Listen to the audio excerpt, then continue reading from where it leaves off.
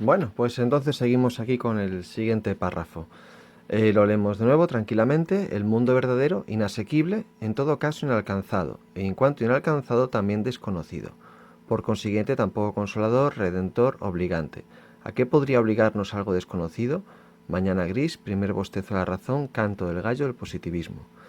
Y la etapa de la filosofía a la que se refiere este párrafo, pues lo tenéis de alguna manera ilustrado en los dos personajes que están abajo, ¿no? Son filósofos y científicos del siglo XIX, Comte y Darwin.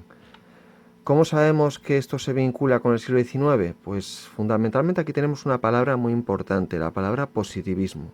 Positivismo significa una corriente de pensamiento, una corriente ideológica que ensalza la ciencia como único conocimiento verdadero del mundo y al mismo tiempo como la fuente de conocimiento que sea la experiencia empírica directa, ¿vale? Es heredero de la Ilustración y, como estamos diciendo, de alguna manera defiende ese desarrollo científico. Y también tenemos pues la otra variante de la filosofía de esta época, ¿no? Es en su consecuencia este positivismo y desarrollo científico, el ateísmo, que lo tenemos representado en Marx y que también Nietzsche va a ser un gran representante, ¿no? ¿Dónde se ve ese ateísmo? Ese ateísmo lo vemos cuando aparece el mundo verdadero inasequible, en todo caso inalcanzado, ¿no? No podemos ya reconocer que ese mundo más allá existe y en la medida en que negamos ese mundo, tampoco nos vale ya, como aparece aquí, tampoco es consolador, redentor, obligante. ¿A qué podría obligarnos algo desconocido? Por lo tanto, esa vieja verdad platónica ya deja de ser objetiva, ya deja de estar vinculada a nuestro mundo y lo que tenemos que empezar es a rechazarla directamente. Es decir, ya no puede justificar ni la religión ni los valores éticos de la cultura occidental desde la tradición platónica o desde la tradición cristiana. Y en la última parte del párrafo, ¿no? Cuando aparece mañana gris, primer bostezo de la razón, canto del gallo del positivismo, aquí Nietzsche empieza a jugar con una metáfora, ¿no? Nietzsche decíamos que le gusta mucho abandonar ya lo que es el lenguaje puramente conceptual de la filosofía, reducido a un único significado, y jugar con metáforas que le permite jugar con más de uno, con varios significados. Es decir, de una cosa, gracias a la metáfora, podemos sacar distintos significados e interpretaciones. Bien, bueno, pues la metáfora con la que empieza aquí Nietzsche es con la idea de un nuevo día. Y por eso habla de una mañana gris, ¿no? Es decir, estamos en el comienzo de una nueva era, de un nuevo día.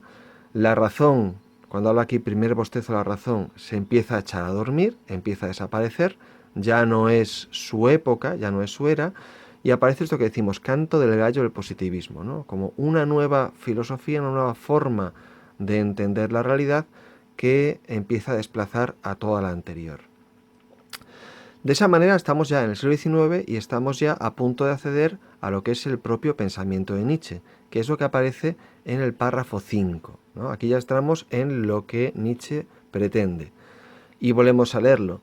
El mundo verdadero, una idea que ya no sirve para nada, que ya ni siquiera obliga, una idea que se ha vuelto inútil, superflua, por consiguiente una idea refutada, eliminémosla. Día claro, desayuno, retorno del bon sens es buen sentido, y la jovialidad, rubor avergonzado de Platón, ruido endiablado de todos los espíritus libres. Entonces, empezamos con esta filosofía de Nietzsche con lo que sería su vertiente más crítica. Recordad que Nietzsche critica la idea de Dios, critica los valores morales de Occidente, que los considera decadentes, critica la filosofía y también va a criticar la propia ciencia positiva, ¿vale? Entonces, empezamos precisamente con ese elemento destructor. Si el mundo verdadero ya no sirve para nada, lo que tenemos que hacer es destruirlo, eliminémosla. Y aquí además aparece como un imperativo, es decir, que realmente tenemos la obligación de destruir toda la herencia anterior. Y esa herencia anterior, como decimos, incluye todo el pensamiento platónico, toda esta idea que aparecía en el mundo verdadero y su mundo de las ideas platónico. Y seguimos entonces con la metáfora de la última parte, ¿no? Cuando dice día claro, desayuno, retorno del bon sens, la jovialidad, rubor avergonzado de Platón y otra vez ruido endiablado de todos los espíritus libres. Es un día claro. Esto significa, hemos entrado en esta nueva era, estamos en las primeras horas, por eso habla del desayuno, y habla aquí del retorno del bon sens. La palabra bon sens significa buen sentido, sentido común. Y esta palabra se hizo famosa por Descartes. Descartes la utilizó para hablar precisamente de un sentido común de corte muy racional, muy racionalista. Y precisamente Nietzsche aquí está jugando con eso. Nietzsche está diciendo, no, el buen sentido que aparece ahora ya no es el buen sentido de la filosofía. Es el sentido común de la vida, de la experiencia cotidiana, de lo que tenemos más cercano. Y eso lo acompaña con la palabra jovialidad. La palabra jovialidad hace referencia a toda esa nueva tradición que defiende Nietzsche de una ética basada en los valores de la vida, una ética dionisíaca que quiere el disfrute de la vida, el disfrute del placer, y contrario a precisamente todo lo que había defendido el platonismo y el cristianismo. Por eso habla ya finalmente de ese rubor avergonzado de Platón. Y cuando finalmente habla de ruido endiablado, de todos los espíritus libres, ¿no? Aquí está haciendo precisamente hincapié en todos aquellos individuos, en todos aquellos pensadores o gente fuerte, ¿no? Que es capaz de romper con todo lo anterior, con todo lo establecido anteriormente. Recordamos aquí, por ejemplo, cuando hablábamos de la moral de señores, de que son individuos que son lo suficientemente fuertes para lanzar su propio propósito de vida, su propio plan de vida. Y llegaríamos al párrafo 6. Este párrafo 6 pues hace referencia ya, continuamos con la filosofía de Nietzsche, vamos a leerlo en primer lugar. Hemos eliminado el mundo verdadero. ¿Qué mundo ha quedado? ¿Acaso el aparente? No. Al eliminar el mundo verdadero, hemos eliminado el mundo aparente. Mediodía, instante de la sombra más corta, final del error más largo, punto culminante de la humanidad, incipit Zaratustra. Bien, decíamos, aquí estamos hablando de la filosofía creadora de Nietzsche. Es decir, el párrafo quinto hacía referencia a toda la crítica a la cultura occidental. Ahora vamos a plantear qué es lo que aporta Nietzsche como contenido, como pensamiento propio, capaz de superar pues ese marasmo, ese nihilismo, esa crisis de la cultura occidental. Y entonces, vamos a la parte que está en rojo, ¿no? Hemos eliminado el mundo verdadero. ¿Qué mundo ha quedado? ¿Acaso el aparente? No. Al eliminar el mundo verdadero, hemos eliminado el mundo aparente, ¿no? Claro, si estuviésemos en el discurso de Platón, si nosotros eliminamos el mundo verdadero, estamos eliminando el mundo de las ideas, y por lo tanto quedaría el mundo terrenal, es decir, esa supuesta copia. Pero Nietzsche no cae en ese error. Nietzsche no está diciendo vamos a sustituir una verdad por otra. No, de lo que se trata ahora es que una vez que destruimos el mundo verdadero, destruimos cualquier posible interpretación objetiva del mundo, cualquier posible interpretación verdadera. Por eso incide, al eliminar el mundo verdadero, también eliminamos el mundo aparente. Ya no existe ni la verdad ni la mentira. Lo que existe es interpretación continua de la realidad, perspectivismo. Recordamos, una realidad que se está transformando continuamente y un sujeto que está continuamente reinterpretando en forma de metáforas lo que es esa realidad. A partir de este momento, la verdad se reduce a lo que el individuo puede opinar, puede crear, puede conceptualizar sobre una realidad que está en continuo cambio, en continuo devenir. Y pasamos a lo que sería la última parte del texto, ¿no? Siguiendo su metáfora, la metáfora del día. Estamos ya en el mediodía. Eso significa, ya hemos entrado de lleno en esta nueva era, en esta nueva visión del mundo y de la humanidad.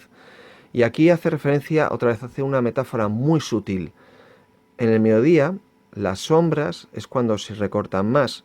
Cuando el sol está abajo, ya sea al amanecer o ya sea al atardecer, las sombras se hacen muy alargadas. Pero en cambio, cuando estamos en el mediodía, nosotros ya no tenemos ninguna sombra. ¿Qué es lo que quiere decir esto? Cuando tenemos un palo como el que tenéis en la imagen, este palito, eso hace referencia a lo que es la auténtica realidad. Y su sombra sería la copia de esa realidad. Pero cuando estamos en el mediodía, sombra y palo se identifican. Verdad y mentira se identifican en una sola cosa, ¿no? Por eso superamos el problema. ¿Por qué Nietzsche utiliza esta metáfora? Porque Nietzsche no quiere hablar en términos de conceptos, porque sería traicionar su propio lenguaje filosófico. Por lo tanto, en lugar de utilizar un concepto de decir ya no hay verdad, ya no hay mentira, tal, no hay una interpretación nueva, conceptual, no, hablamos en forma de metáfora, hablamos con una imagen, ¿vale? Esta es quizás la parte más sutil, más... es una pasada, el tío es impresionante, este tío no es solamente bueno a nivel filosófico, es que es un genio en términos literarios, es un crack. Así que bueno, pues por eso utiliza este tipo de metáforas. Y por último nos vamos a la última línea del texto. Punto culminante de la humanidad. Incipit Zaratustra. Bueno, para los que no tengáis mucha idea de latín, incipit significa comienzo, ¿no? Comienza Zaratustra. Zaratustra es un personaje que utiliza mucho Nietzsche, porque Zaratustra es profeta y un profeta que anuncia una nueva era, ¿vale? Esto se recoge de la tradición religiosa persa, Zoroastro, ¿no? Pero bueno, básicamente que sepamos eso, que actúa aquí como profeta. Y de hecho un libro suyo, Así habló Zaratustra, se recoge esta misma idea. Y nos dice punto culminante de la humanidad. Ese punto culminante de la humanidad, ¿qué significa? Estamos no solamente ante una nueva forma de entender el mundo, sino ante una nueva forma de entender al ser humano. Y ese ser humano lo plasma Nietzsche en lo que tenéis sus apuntes con la idea del superhombre, que lo tenéis recogido en esta pequeña imagen.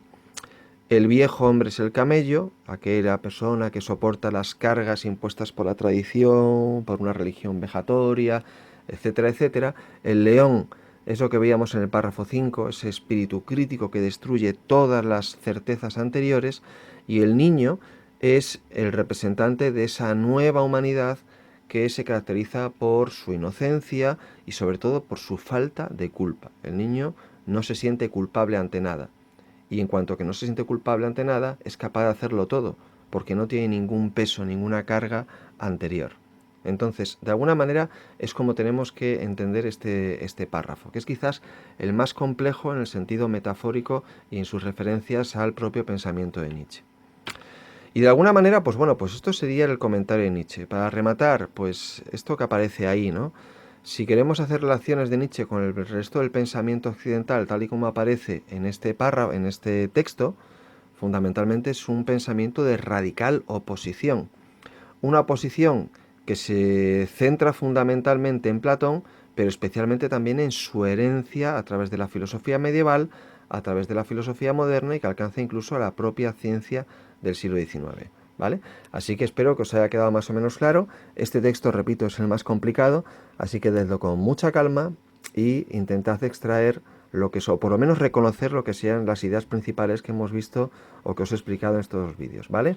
Muy bien, chicos, pues thank you very much for your attention. That is all. I hope you are well and hope to see you soon. Bye.